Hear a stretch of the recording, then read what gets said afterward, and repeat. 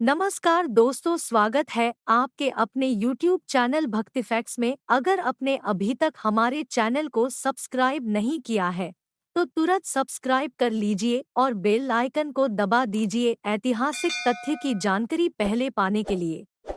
शोध कुछ और कहते हैं और ग्रंथ कुछ और। हम क्या माने?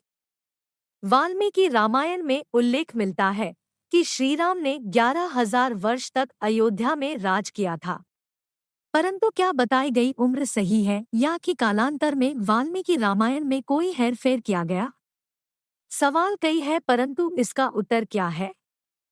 वैदिक युग एवं रामायण काल की ऐतिहासिकता। सरोज बाला, अशोक भटनागर, कुलभूषण मिश्र के शोधानुसार श्रीराम का जन्म 5114 ईसा पूर्व 10 जनवरी को दिन के 12.05 पर भगवान राम का जन्म हुआ था, जबकि वाल्मीकि के अनुसार श्रीराम का जन्म चैत्र मार्च शुक्ल नवमी तिथि एवं पुनर्वसु नक्षत्र में, जब 5 ग्रह अपने उच्च स्थान में थे, तब हुआ था। इस प्रकार सूर्य मेष में 10 डिग्री, मंगल मकर में 28 डिग्री, बृहस्पति कर्क में 5 डिग्री पर, शुक्र मीन में 27 डिग्री पर एवं शनि तुला राशि में 20 डिग्री पर था। बालकांड 18 श्लोक 8-9।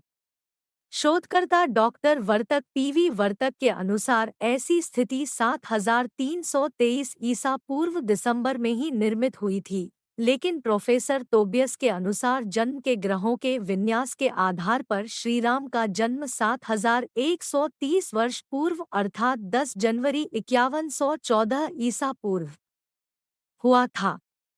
उनके अनुसार ऐसी आकाशीय स्थिति तब भी बनी थी। तब 12:25 पर आकाश में ऐसा ही दृश्य था जो कि वाल्मीकि रामायण में वर्णित है। ज्यादातर शोधकर्ता प्रोफेसर तोबियस के शोध से सहमत है। इसका मतलब यह कि राम का जन्म 10 जनवरी को 12:25 पर 5114 ईसा पूर्व हुआ था। यदि हम शोधकर्ताओं की बात माने तो 5114 ईसा पूर्व श्रीराम के जन्म हुआ था, तो इसमें सन 2021 को जोड़ने से यह पता चलता है कि आज से 7135 वर्ष पूर्व उनका जन्म हुआ था। तो फिर वे किस तरह 11,000 वर्ष तक अयोध्या पर राज कर सकते थे? भगवान श्री कृष्ण का जन्म 3112 ईसा पूर्व हुआ था, अर्थात इसमें सन 2021 जोड़ते हैं तो 5,133 वर्ष आता है। अर्थात 5,133 वर्ष पूर्व श्री कृष्ण हुए थे। आर्यभट्ट के अनुसार महाभारत युद्ध 3137 ईपू में हुआ। हाल ही में 25 दिसंबर 2020 को 5157वीं गीता जयंती वर्ष मनाया गया। श्री कृष्ण के जन्म के बारे में कोई मतभेद नहीं है। कहते हैं कि महाभारत के युद्ध में रघुवंशी शल्य ने कौरवों की ओर से लड़ाई लड़ी थी, जो नकुल और सहदेव के मामा थे। कहते हैं कि वे श्रीराम के पुत्र कुश की 50वीं पीढ़ी में हुए थे। यदि यह बात सही है तो फिर इसकी गणना की जाए तो कुश महाभारत काल के 2500 वर्ष पूर्व से 3000 वर्ष पूर्व हुए थे, अर्थात आज से 6500 से 7000 वर्ष पूर्व। इस मान से भी श्रीराम का जन्म वही आज से 7000 वर्ष पूर्व का ही निकलता है। श्रीराम की अब तक के वंशावली क्रम को जोड़ने पर भी यह सिद्ध नहीं होता है कि उन्होंने 11,000 वर्षों तक राज किया था। यदि ऐसा होता तो वे महाभारत के युद्ध में मौजूद होते, और यदि ऐसा नहीं है तो फिर वाल्मीकि रामायण या आधुनिक शोध दोनों ही असत्य हैं। तुलसीदास की रामायण पढ़ने पर पता चलता है कि श्रीराम का जब विवाह हुआ था तब उनकी उम्र 27 वर्ष की थी और माता सीता की उम्र 12 वर्ष थी। उन्हें 14 वर्ष का वनवास हुआ।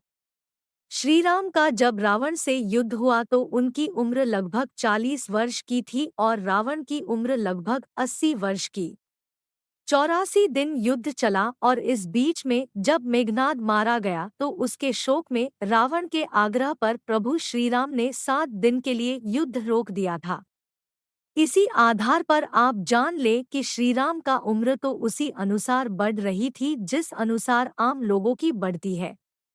तब वे कैसे और किस तरह 41 की उम्र में अयोध्या लौटकर 11,000 वर्ष तक जीवित रहे?